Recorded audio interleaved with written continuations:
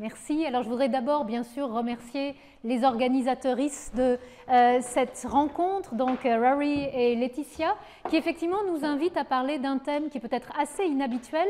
Et cette première conférence, elle a finalement aussi le rôle un peu d'un pas de côté, puisque je vais vous parler d'un personnage, Helvetia, que vous connaissez quand même, je pense, parce que c'est l'allégorie, l'incarnation allégorique de la Confédération helvétique, mais ce n'est pas un personnage médiéval. Donc, premier pas de côté, on va parler d'un personnage qui est né après le Moyen-Âge, mais ce personnage, il a une caractéristique qui va nous intéresser ce soir, c'est que, est-ce que c'est un personnage féminin, ou est-ce que c'est un personnage masculin, ou est-ce que c'est un personnage transgenre? Bien, je pense qu'en fait, il y a la réponse déjà dans la question. Vous allez voir que Helvetia, il y a le transgenre, elle y est les transgenres, et pourquoi? Et la réponse à cette question, pourquoi les personnages allégoriques qui représentent notamment des entités politiques comme des nations, par exemple, sont transgenres ou ont été transgenres, eh bien, cette réponse, elle est située au Moyen-Âge. C'est le Moyen-Âge qui peut nous en donner la clé. Donc, vous voyez ici pourquoi ce petit pas de côté. Alors, d'abord, en guise d'introduction, je vous invite à regarder la première image connue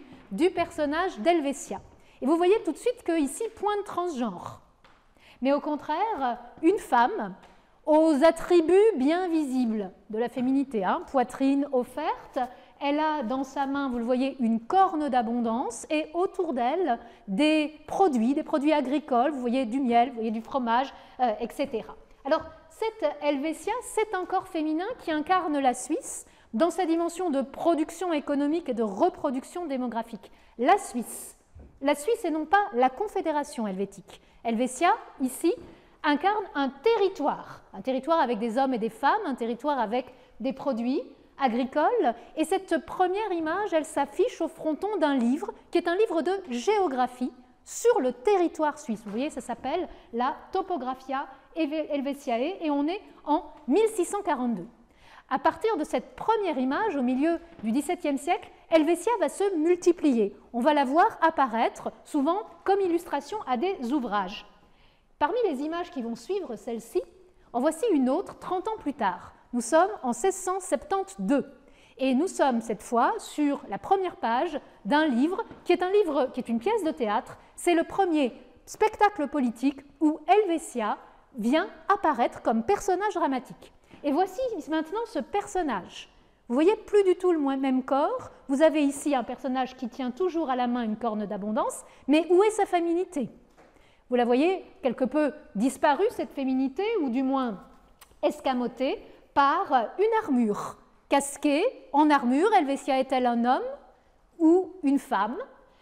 La question se pose, et ce corps transgenre ici n'incarne plus le territoire suisse, mais la Confédération helvétique, autrement dit l'entité politique qu'est la Suisse et non plus seulement le territoire géographique. Et voici la page de titre où apparaît le personnage. Vous voyez ici que le personnage est en haut et au centre de l'image, il y a comme un vide, mais si vous regardez plus près, au centre de l'image, il y a une représentation d'un mythe éminemment viril incarnant la Confédération, qui est bien sûr le mythe de Guillaume Tell, que vous voyez ici tiré à l'arbalète sur la pomme qui se trouve sur la tête de son fils. Donc une Helvetia transgenre pour incarner une entité politique.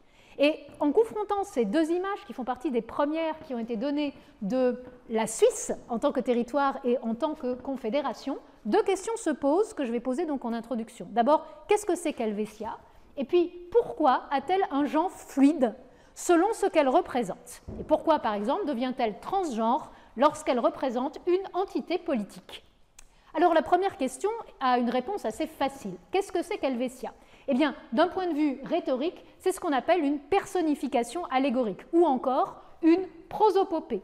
Ce mot d'origine grecque, et donc du coup un peu bizarre à nos yeux, signifie en fait prosopopéon poein, fabriquer un masque. La prosopopée en grec, c'est le masque.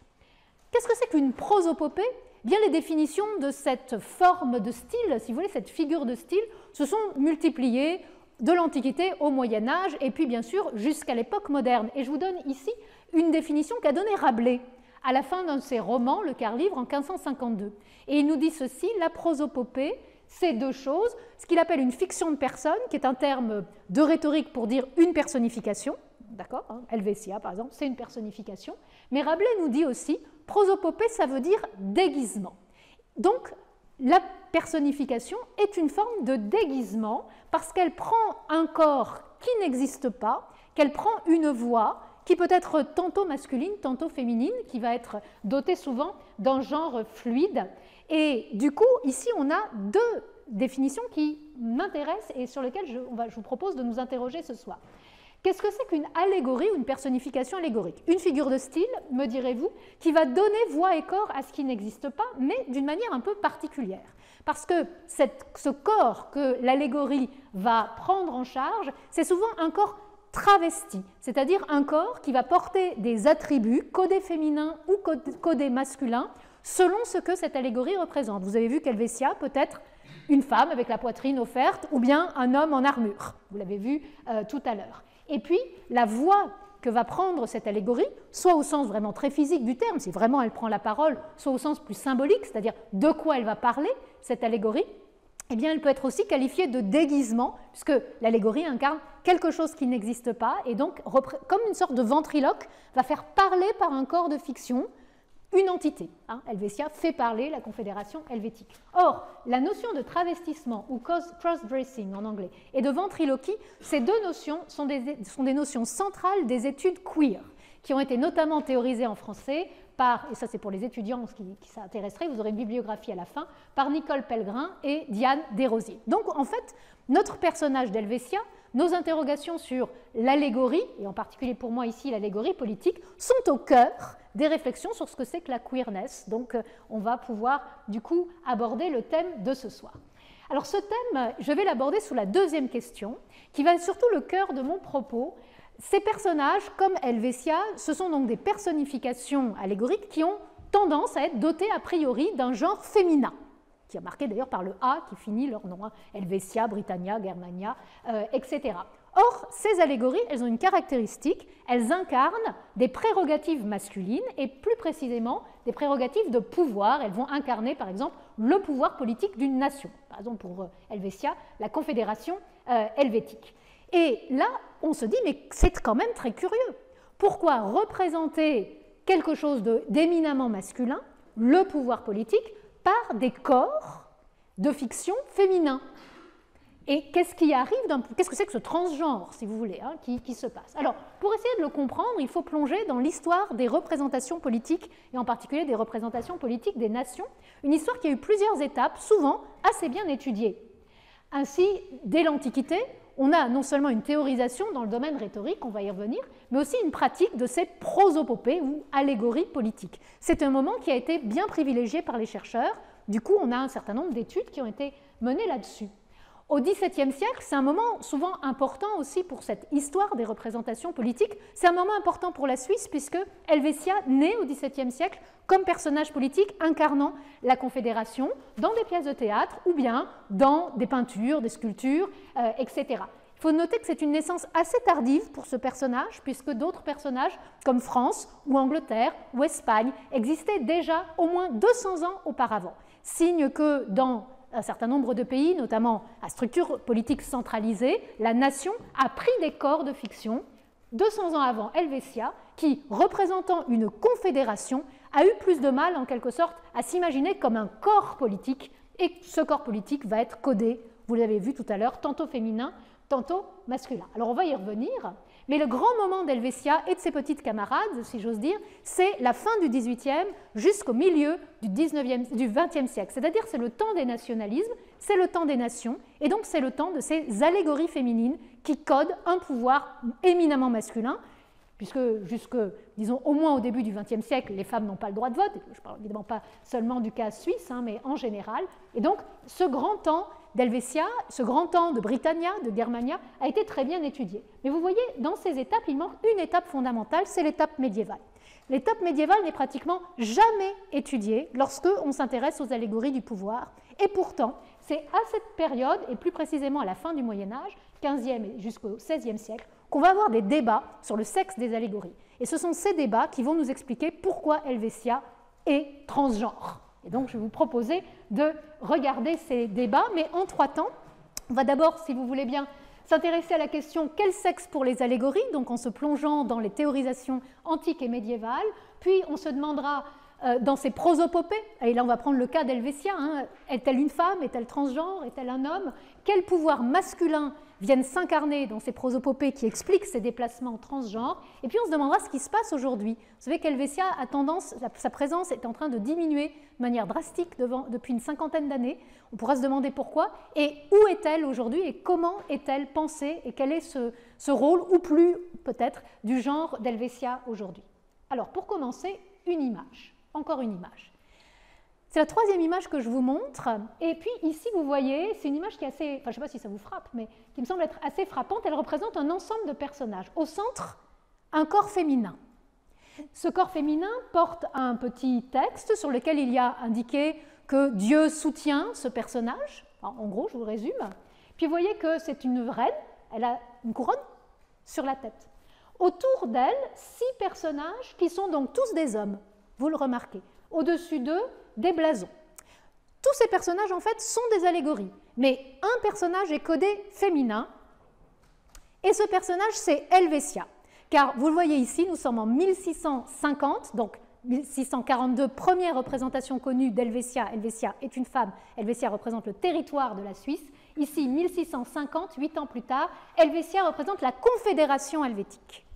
Donc ici, c'est la Confédération helvétique, première image politique d'Helvetia, c'est-à-dire une république codée féminine, au milieu de personnages allégoriques tous codés masculins, vous les voyez avec leurs chapeaux, leurs costumes masculins, qui représentent les dynasties princières et royales qui entourent la Suisse. Donc vous avez la Savoie, vous avez la France, vous avez la Prusse, etc. Enfin tout un tas de personnages. Alors c'est une image extrêmement, enfin moi qui me frappe beaucoup, que je trouve extrêmement perturbante.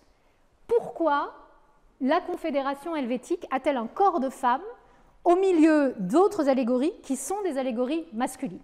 Alors peut-être parce que ces allégories masculines représentent des familles royales, des dynasties, alors que coder et incarner un corps qui est une république, eh bien, ça passe par autre chose que le genre peut-être masculin. Je ne sais pas, en tout cas, ça ouvre des tas de questions, et ces questions viennent justement remettre en question l'idée assez développée déjà au XVIIe siècle, date de cette image, et puis qui va continuer jusqu'à aujourd'hui, l'idée que l'allégorie est un langage universel, c'est-à-dire que toutes les nations utiliseraient le même type de langage, le même type d'allégorie. C'est une idée que vous voyez ici développée dans un texte de Gravelot et Cochin à la fin du XVIIIe siècle. Alors en fait, ce n'est pas tout à fait vrai. On peut allégoriser des nations de manière différente. Et là, on va rencontrer un premier paradoxe sur l'allégorie. On nous dit que l'allégorie est un langage universel. Alors vous savez, tout ce qui est universel est plutôt codé masculin. Donc si on va par là, une allégorie politique devrait être un corps d'homme pour représenter une nation au masculin. Et ça serait parfaitement cohérent avec l'idée d'une nation au sens militaire, au sens économique, au sens politique, toute prérogative masculine pendant très longtemps. Mais en même temps, l'allégorie n'est pas un vrai corps réel de chair et de sang. C'est un être de fiction, un être hors de l'histoire. Et ce qui est hors de l'histoire est plutôt codé féminin. Et donc déjà on a un personnage, une forme de figure de style qui est quelque peu transgenre, qui peut être codé tantôt masculin, tantôt féminin. Une belle illustration de ça, c'est justement notre Helvetia. Ce qui est tout à fait frappant, c'est qu'au moment de son âge d'or, 18e, 19e, milieu du 20e siècle, notre prosopopée, que vous voyez ici apparaître, donc une prosopopée, je vais revenir, pourquoi Helvetia a une lance, un bouclier, etc. Mais vous voyez ici donc un personnage a priori quand même plutôt féminin, elle est toujours entourée en ce 19e, 20e siècle, de personnages entre guillemets historiques, je dis entre guillemets parce que par exemple il y a Guillaume Tell, d'accord, donc pas très historique, mais en tout cas des personnages clairement masculins, comme s'ils ancraient dans l'histoire suisse cette confédération fictive, cette allégorie, cette fiction de confédération que représentait Helvetia. Et c'est si vrai que vous avez, alors tout à travers le 19e siècle, tout un tas d'images où vous n'allez jamais avoir Helvetia seule, toujours à Guillaume Tell. Il faut toujours un homme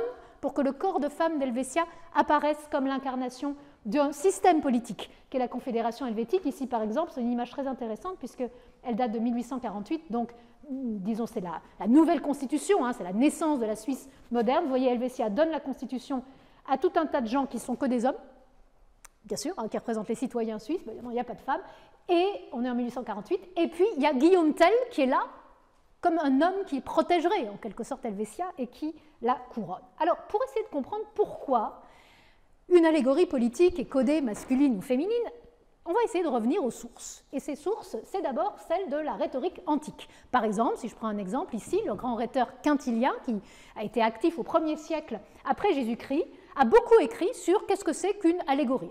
Alors, je vous le dis parce que si vous voulez faire une allégorie un jour, voilà, vous avez une petite recette. Donc vous pouvez prendre une ville ou un peuple et vous leur donnez un corps, vous leur donnez le don de la parole, une voix, mais attention, il faut savoir qu'est-ce que vous voulez faire avec une allégorie. Et là, Quintilien nous dit qu'il y a 3 objectifs quand vous créez une allégorie. D'abord, vous voulez faire croître l'émotion de votre public, c'est-à-dire ce n'est pas une figure de style anodine.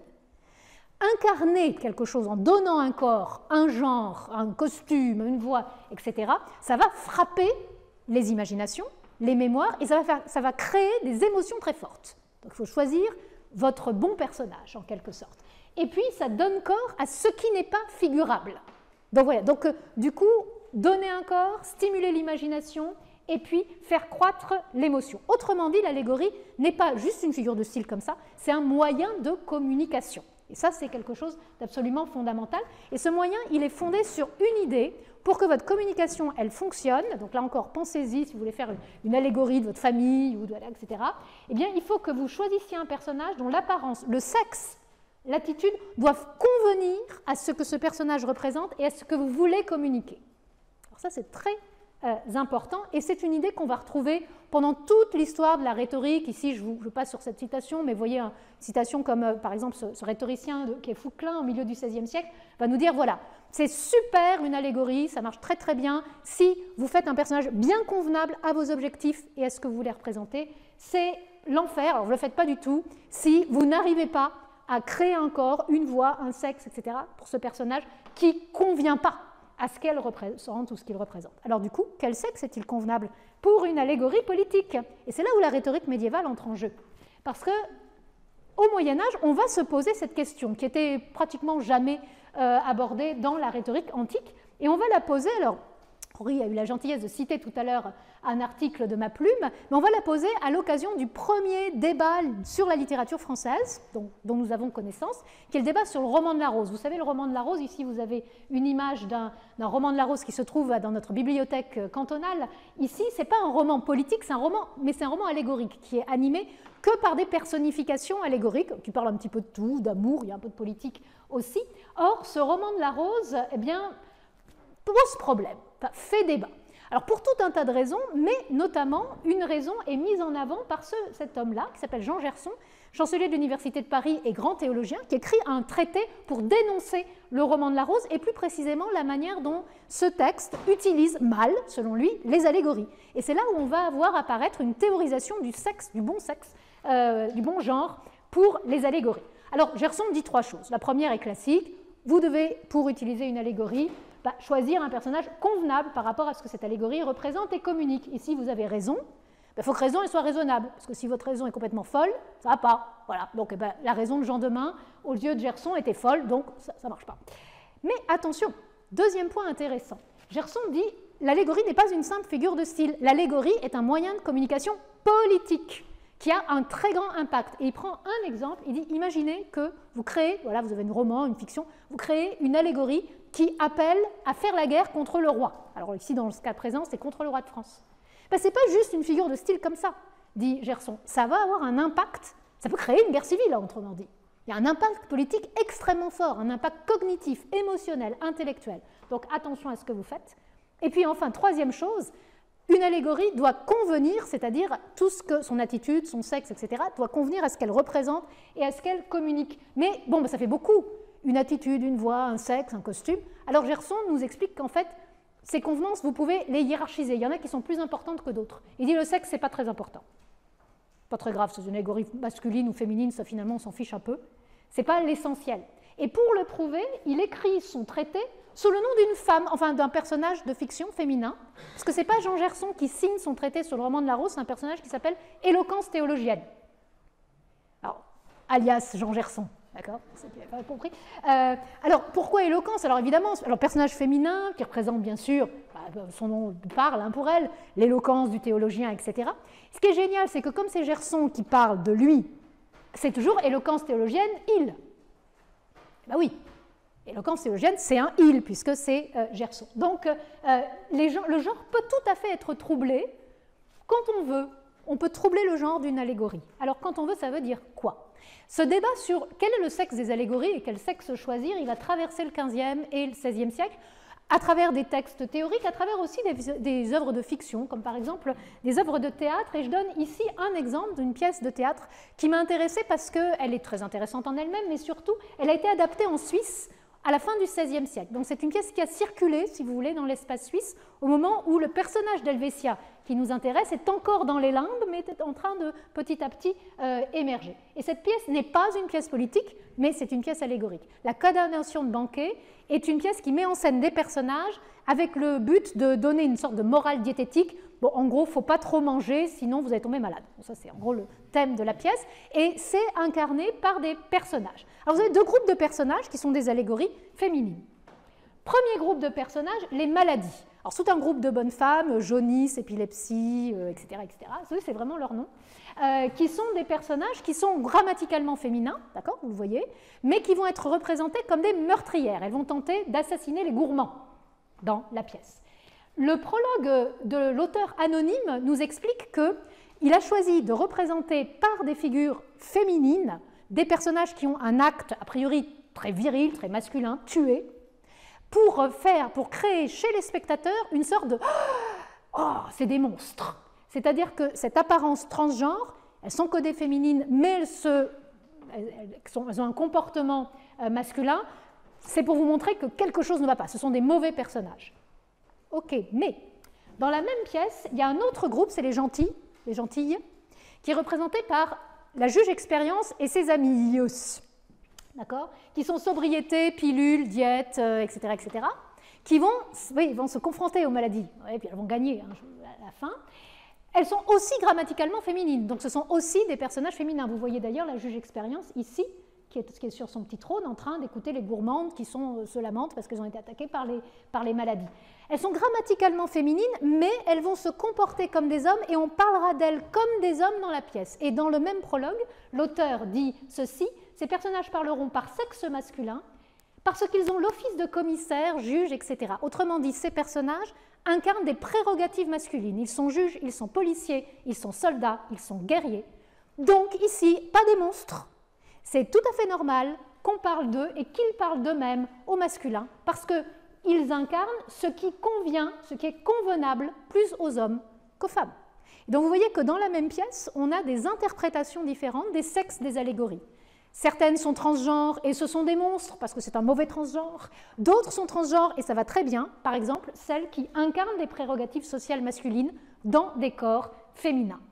Alors on peut donc tout à fait bien, cher public, désigner au masculin une prosopopée féminine lorsqu'elle va communiquer un pouvoir masculin. Et c'est pour ça que quand vous avez des personnages comme Helvetia, avant Helvetia, quand vous avez un personnage comme France qui apparaît dès la fin du XIVe siècle comme allégorie politique, bien très souvent on dit « France, il fait ci »,« France, il fait là ». D'accord ? C'est-à-dire qu'on trouble le genre grammatical de l'allégorie parce qu'elle représente un pouvoir masculin. Alors, on arrive à un deuxième paradoxe qui a été bien exposé par notre collègue de Chicago, Daisy Delogu, dans un livre que je vous montrerai tout à l'heure en bibliographie, qui est ceci. L'allégorie est une figure de style de communication. En ce sens, elle est un média, elle est médiatrice, elle communique. Cette valeur de communication, de médiation, est une valeur généralement codée féminine. Bon, très bien. Le corps de l'allégorie est un corps qui se donne à vous comme un corps voilé, à déchiffrer. Si vous voyez une bonne femme avec une lance, un bouclier avec une petite croix dessus, ok, alors on dit « Ah bah oui, c'est Helvetia ». Bah oui, mais là, vous l'avez déchiffré. Donc, c'est un corps qui doit être déchiffré par un regard, un corps qui se dévoile ou un corps qui est déchiffré par un regard, c'est un corps qui est codé féminin. D'accord ? L'allégorie politique représente donc au féminin un pouvoir masculin. La question c'est pourquoi ? Pourquoi donc représenter au féminin un pouvoir masculin? Alors, ma réponse, inspirée par les travaux de Daisy Delogu sur l'allégorie politique à la fin du Moyen-Âge, c'est que cette manière de représenter au féminin un pouvoir masculin appelle le regard d'un public, appelle les émotions d'un public. Et ce public, même s'il est peut-être dans la réalité mixte, est un public dont le regard qui est appelé, est ce qu'on appelle un male gaze, c'est-à-dire un regard masculin. L'allégorie est là pour stimuler un regard masculin sur ce qu'elle représente, c'est-à-dire une incarnation au féminin de pouvoir masculin. Et pour vous le montrer, on va regarder l'histoire d'Helvetia. Alors, je ne reprends pas ici ce que je viens de dire, mais je vais essayer de vous montrer cette hypothèse, je vais essayer de la démontrer en prenant l'exemple d'Helvetia et de sa dynamique transgenre extrêmement complexe dès le départ, c'est-à-dire, je reprends ici une pièce dont j'ai parlé tout à l'heure, depuis sa première représentation spectaculaire, donc la première pièce politique à mettre en scène Helvetia en Suisse, c'est la pièce donc de Weissenbach, Leibgenössischen Kontrafeit, jouée à Zug en 1672. Vous avez vu comment le personnage d'Helvetia est représenté sur la page de titre. Je n'y reviens pas, c'est une guerrière. C'est une vierge guerrière, mais on va y revenir dans un instant. Mais à l'intérieur de la pièce, dès que vous ouvrez la pièce, alors là, le personnage change totalement, puisque, je vous ai mis ici un petit exemple, donc j'ai juste traduit les premières lignes. Helvetia apparaît à l'intérieur de la pièce toujours comme une mère à l'hyperféminité affichée. Et ce qui prouve ça, c'est qu'elle ne fait que se plaindre, hein, klagen, sie klagt. Alors pendant toute la pièce, sie klagt, sie klagt, sie klagt, face à des cantons qui, eux, sont les fils combattants d'Helvetia, qui, eux, ils ne klagen pas du tout.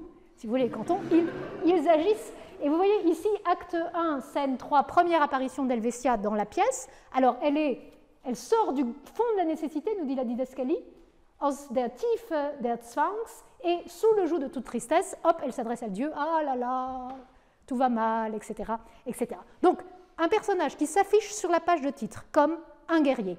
Vous ouvrez le livre, et puis c'est une mère qui pleure, et tout ça a été joué pendant le spectacle, bien sûr par des hommes. Et nous apprenons, grâce à la liste des acteurs, que c'est M. Wolfgang Forster qui a joué Helvetia, à Zug en 1672. Alors vous voyez que c'est complexe. Pourquoi Helvetia est-elle à la fois une mère éplorée et une vierge guerrière? Pourquoi est-elle à la fois masculin et féminin? Et maintenant, on va regarder ça. Et je vais faire deux lectures croisées, un sur la vierge guerrière et puis une sur la mère protectrice et à protéger, en comparant ce qui se passe avec Helvetia, son caractère transgenre, et ce qui se passe avec d'autres entités qui l'ont influencé dans son devenir, je dirais, comme ici, premier exemple, le personnage de Liberté. Alors vous avez tous remarqué qu'Helvetia a une lance, et cette figuration, qui continue encore jusqu'à aujourd'hui, l'inscrit dans la longue tradition de représentation transgenre de la Vierge guerrière, qui commence à l'Antiquité, avec Athéna, ici, via le Moyen-Âge, Jeanne d'Arc, et puis des reprises au XIXe siècle de diverses, disons, mythes. Par exemple, ici, j'ai pris les Valkyries wagnériennes. Donc, effectivement, Helvetia, elle s'affiche comme transgenre parce qu'elle va incarner une prérogative de la Confédération helvétique, qui est une prérogative masculine, qui est son caractère viril, son caractère militaire. La Suisse puissance militaire, Helvetia est par conséquent une guerrière. Mais la Suisse aussi république, et Helvetia est donc aussi une incarnation non seulement de la puissance guerrière, mais aussi d'une puissance républicaine qui affirme un certain nombre d'idéaux, comme par exemple l'idéal de la liberté. Alors ici, au XVIIIe siècle, ce qui est remarquable, c'est que une multiplication du personnage d'Helvetia va se produire, et ces images d'Helvetia, que vous pouvez mettre en série, dans des pièces de théâtre, dans des affiches, etc., vont être contaminées par d'autres vierges guerrières qui sont en train de naître dans les pays voisins. Par exemple, c'est le cas de Liberté en France. Et à la fin du XVIIIe siècle, l'extrême fin du XVIIIe siècle, autrement dit au moment de l'invasion française et des batailles qui vont mener à la chute de Berne, hein, 1799, eh bien, on a tout un tas de campagnes de presse, si vous voulez, de campagnes de propagande qui vont essayer de contaminer le personnage d'Helvetia avec le personnage qui n'est pas encore Marianne, mais qui va le devenir, qui est le personnage de Liberté française. Alors par exemple, vous voyez ici, vous avez une vierge guerrière, d'accord? Ça pourrait être Helvetia avec sa lance, mais non, parce que si je n'avais pas mis la petite didascalie, vous verriez qu'elle tient au bout de sa lance un petit... C'est quoi? Bonnet phrygien. Donc en fait, c'est Liberté française, et regardez ce qu'elle fait. Elle prend la pomme de la main d'un enfant. Ah ah! Donc qui est avec Liberté française ici? Guillaume Tell. Alors vous voyez que Liberté française prend la pomme de Guillaume Tell pour créer une sorte de connexion. Donc la figure d'Helvetia va être très influencée comme vierge guerrière par l'existence de ces autres vierges guerrières, au risque parfois de la confusion. Ainsi, quand Gustave Courbet, à la fin du XIXe siècle, se réfugie exilé de France à la Tour de Paix, il offre à la municipalité un beau buste d'Helvétia. Vous voyez ici, vous pouvez encore le voir. Aujourd'hui, il existe toujours. Et puis, ça ne plaît pas du tout à la municipalité parce qu'ils disent que ça ne ressemble pas du tout à Helvétia. Ah bon? Eh bien oui, ça ressemble à la liberté. Alors franchement, bon. Alors du coup, ce que fait Courbet, bon, faut pas vexer, n'est-ce pas, la municipalité de la Tour de Paix. Donc il lui avait fait une petite croix là, sur le devant. Alors il va changer, il va mettre une étoile. Et puis au lieu d'Helvétia qu'il avait écrit, il avait effacé Helvétia, il va mettre liberté. Ok, bon voilà. Mais vous voyez qu'il y a le risque en fait de la confusion. Alors, qu'incarne Helvétia, vierge guerrière? C'est évidemment une figure de la Confédération helvétique qui va protéger militairement ses frontières, ses valeurs, etc. Et peut-être de la Confédération en ce qu'elle est aussi à protéger par ses citoyens. L'usage d'Helvétia qui se fait d'usage dominant, en particulier au XIXe et au XXe siècle, c'est évidemment les monuments des batailles. Je l'ai appelé ici les batailles qui ont fait la Suisse. Et c'est toujours très intéressant, vous voyez, si vous sortez de la gare de Bâle, paf, vous avez tout de suite ce monument face à vous. Et ce monument, il est la commémoration d'une bataille médiévale. C'est un monument du XIXe siècle, mais qui commémore la bataille de Saint-Jacques. Et je trouve ça génial. Regardez ce monument. Vous avez Helvétia en haut, vierge guerrière, alors avec une belle poitrine opulente quand même, mais vierge guerrière ici, avec une armure, etc. À ses pieds, des guerriers, alors, qui représentent, donc toujours Helvétia jamais seule, hein, toujours avec des guerriers ou des personnages virils autour, à qui elle offre la couronne de la victoire. Et ça veut dire Bâle et Suisse. Youpi. Sauf que le monument ici commémore une bataille de 1444. Et Bâle n'est rentré dans la Confédération qu'en 1501. Falsification historique, cher public, mais ce n'est pas très grave. Ça veut dire ici qu'au XIXe siècle, en tout cas, on va jusqu'à la falsification historique parce que c'est important d'incarner dans ce corps transgenre de la Vierge guerrière une appartenance nationale, qui en l'occurrence est l'appartenance à la Confédération. Et c'est pour ça que vous avez aussi un deuxième usage dominant, c'est que vous allez essentiellement trouver Helvétia comme figure titulaire des concours de tir jusqu'à aujourd'hui. Concours de tir, activité éminemment patriotique, évidemment, plutôt codée masculine, même s'il y a des femmes qui la font, et où Helvétia vient être la Vierge qui incarne la Suisse qui se défend par la vertu guerrière, mais qui est aussi à défendre par la vertu guerrière. Et ceci se voyait très bien en contexte colonial, car la Suisse, vous le savez, a eu des colonies, et en particulier en Amérique du Sud, à partir du milieu du XIXe siècle. C'est le cas, par exemple, de la colonie de Baradero, qui, jusqu'au milieu du XXe siècle au moins, a fait des commémorations assez régulières de l'appartenance à la patrie lointaine. Oui, parce qu'ils étaient en Argentine, donc évidemment la Suisse était un peu loin. Et je vous montre ici une image de 1956. Vous voyez Helvétia sur un char tiré par un tracteur, elle est là-haut, qui fait coucou à la population en liesse, d'accord, de ces colons suisses installés en Argentine. Et puis un texte délicieux de 1900 qui vous dit l'émotion incroyable que provoque cette incarnation ici par les vierges de la communauté, parce que ce sont les vierges bien sûr qui jouent Helvétia et ses petits camarades. Elle a ému jeunes et vieux et l'on vit plus d'une larme de joie jaillir du cœur des anciens à la vue de ce spectacle enchanteur, la vue de la belle Helvétia et de la sympathique Argentine, oui, parce que quand même elle est là, au milieu de 63 nymphes portant les costumes les plus pittoresques, produisit un enthousiasme sans fin. Alors aujourd'hui, vous avez peut-être moins cet enthousiasme, mais ça vous dit toute la force intellectuelle, émotionnelle que peut recouvrir cette incarnation au féminin de valeurs patriotiques qui sont les valeurs de défense de la patrie, patrie qui se défend et patrie qu'il faut défendre. Helvétia porte aussi un bouclier, et c'est sa deuxième caractéristique transgenre, car ce bouclier n'est pas seulement un attribut militaire codé viril, codé masculin, c'est aussi un attribut de protection, codé maternel, codé féminin. Parce que si elle porte un bouclier, ce n'est pas qu'elle est une guerrière, c'est qu'elle est une mère. D'accord ? Et là, petite parallèle entre Helvétia et France, qui la précède en quelque sorte. Alors là encore, la figure d'Helvétia comme mère s'inscrit dans une longue tradition de représentation, comme mère protectrice, hein, qui remonte au Moyen-Âge, qui va jusqu'à l'âge moderne. Je vous ai mis ici une photographie de la page de garde d'un livre pour enfants suisses, enfin les écoles suisses. Vous voyez Helvétia qui protège les petits-enfants suisses. On est à la fin du XIXe siècle, et à côté, c'est un exemple genevois, d'une Vierge de miséricorde. Vous voyez la Vierge qui protège de son manteau l'humanité. C'est exactement le même geste, c'est la même tradition iconographique. Helvétia est une mère, au bouclier protecteur, une mère qui protège et une mère qui, quand on la regarde, donne envie d'être protégée. Pourquoi? Parce que soit elle est dans la désolation, elle est une mère attaquée, elle est une mère éplorée, elle est une mère violée, donc ses enfants doivent se mobiliser, n'est-ce pas? Ou bien c'est une mère consolante. Alors ces deux figures, de la mère éplorée et de la mère consolante, sont une longue tradition médiévale, dont je vous ai mis ici une illustration chez Alain Chartier à la fin, au début du XVe siècle, où c'est le personnage de France, que vous voyez ici sur l'image apparaître, dolente et éplorée, dit le texte de Chartier, qui prend la parole pour s'adresser aux Français, on est en pleine guerre de 100 ans, et dire, et j'aime bien cette phrase, « Ô homme féminin de courage et de mœurs ». Donc Français qui doit être complètement féminisé, etc. Reprenez-vous et venez à mon secours, venez au secours de votre mère. Voilà. Alors là, vous allez avoir tout à fait cette idée qu'on va retrouver chez Helvétia.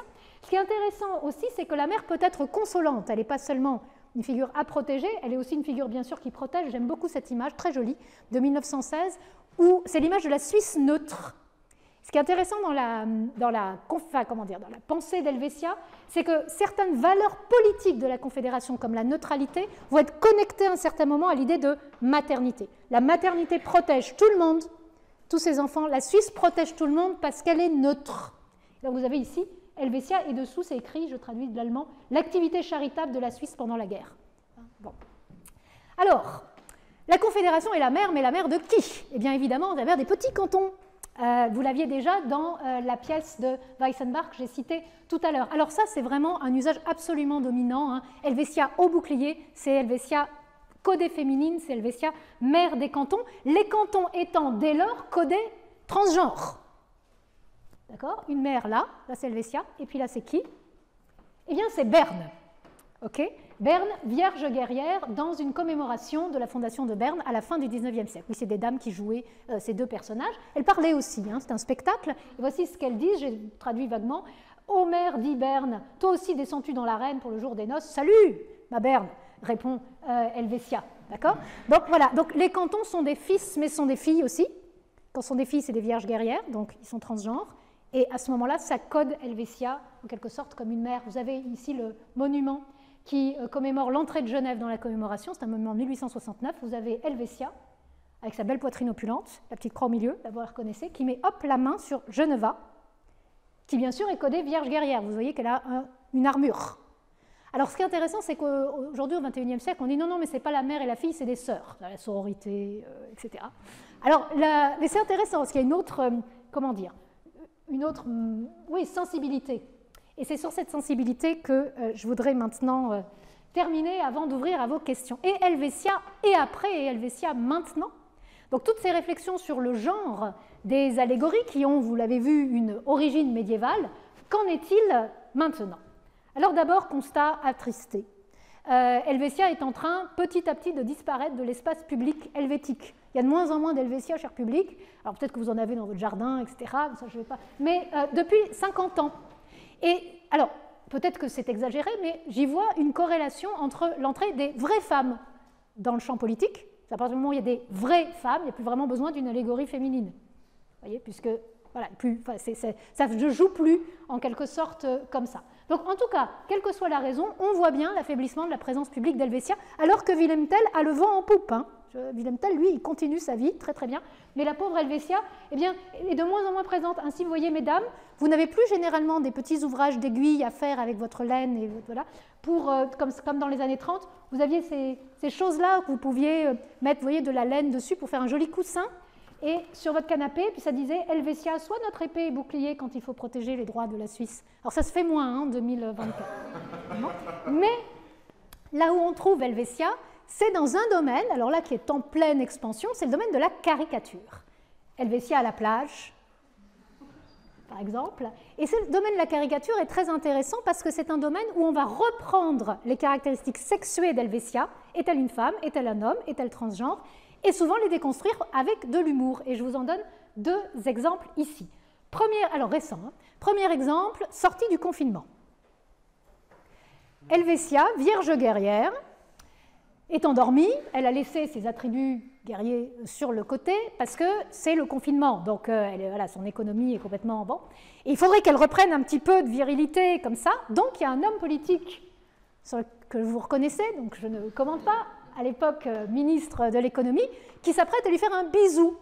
Ce qui est intéressant, c'est que le bisou du ministre de l'économie féminise le personnage d'Helvetia. Donc Helvetia n'est plus, enfin, c'est toujours une vierge, mais c'est plus tout à fait seulement une vierge, c'est une princesse qu'il faut réveiller. D'accord ? Donc on joue ici sur le personnage de la Vierge guerrière que l'on féminise. Premier personnage. Deuxième personnage, alors tout récemment, vous savez qu'il y a eu une votation pour savoir si on fait rentrer les nouveaux congés parentaux dans la Constitution, 2023. Alors là, vous avez une couple de parents qui demandent à Helvetia, on joue sur la mère, là, on jouait sur la Vierge guerrière. Alors, est-ce que tu veux bien entrer un article constitutionnel sur la famille? Et Helvetia ne veut plus être la mère protectrice et consolante. Elle dit, il n'y a pas marqué nounou. Donc là aussi, vous voyez, ça joue. Si on rit, c'est parce que consciemment ou inconsciemment, vous avez intégré toute cette culture visuelle et imaginaire qui est pluriséculaire, où Helvetia est tantôt codée féminine, mais là elle refuse cet attribut de la maternité, tantôt codée transgenre vierge guerrière, et on voit qu'on peut aussi le refuser. Beaucoup de caricatures, plus beaucoup de monuments. Peut-être ce monument que vous connaissez, que je trouve magnifique, qui est un monument que j'ai mis au XXIe siècle, mais en fait c'est un monument des années 80, qui se trouve à Bâle, qui s'appelle Helvetia en voyage. Je pense que c'est le premier monument, ou un des premiers monuments dédiés à Helvetia par une sculptrice, qui est Bettina Eichin. Et c'est un monument remarquable, parce que vous voyez que c'est plus Helvetia. Alors c'est Helvetia, mais elle est en voyage. En fait, elle n'est pas vraiment en voyage. C'est un personnage, elle n'a plus d'attributs, elle n'a plus lance ni bouclier. Elle est assise. C'est une femme, peut-être, en même temps, sa féminité, sa poitrine, par exemple, il n'y en a plus.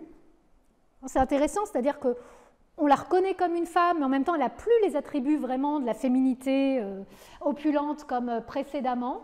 Elle n'a plus vraiment l'air ni de protéger, ni de faire quoi que ce soit, en fait, hein, on peut le dire. Elle est en voyage. Elle ne regarde pas la ville, elle ne regarde pas la Suisse, elle regarde le fleuve qui passe. C'est une magnifique méditation, je trouve, sur le devenir d'une allégorie, alors peut-être du devenir de la Confédération, ça, je ne sais pas, mais en tout cas le devenir d'une allégorie politique. Cette allégorie politique ne veut plus être quelqu'un qui communique. Elle ne nous communique pas, d'ailleurs elle nous tourne le dos. Elle ne nous communique plus quelque chose, si ce n'est par une simple attitude qui est une attitude méditative.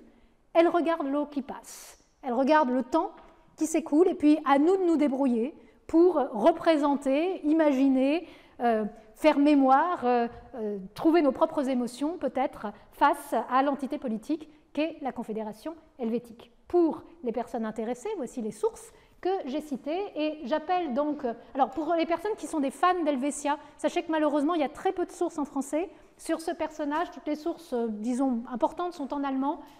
C'est le livre de Georg Kreis qui est la grande référence, comme d'ailleurs ce bel article de Marie-Louise Schaller aussi, mais malheureusement, voilà, vous ne pourrez pas le trouver en français, aucun des deux n'est traduit. Et pour les étudiants, donc les références qui sont marquées ici en marron sont les références théoriques, notamment sur la notion de queerness, que ce soit à l'époque moderne ou le livre de Daisy Delegouze sur la queerness chez les allégories politiques au Moyen-Âge. Et je vous remercie de votre attention.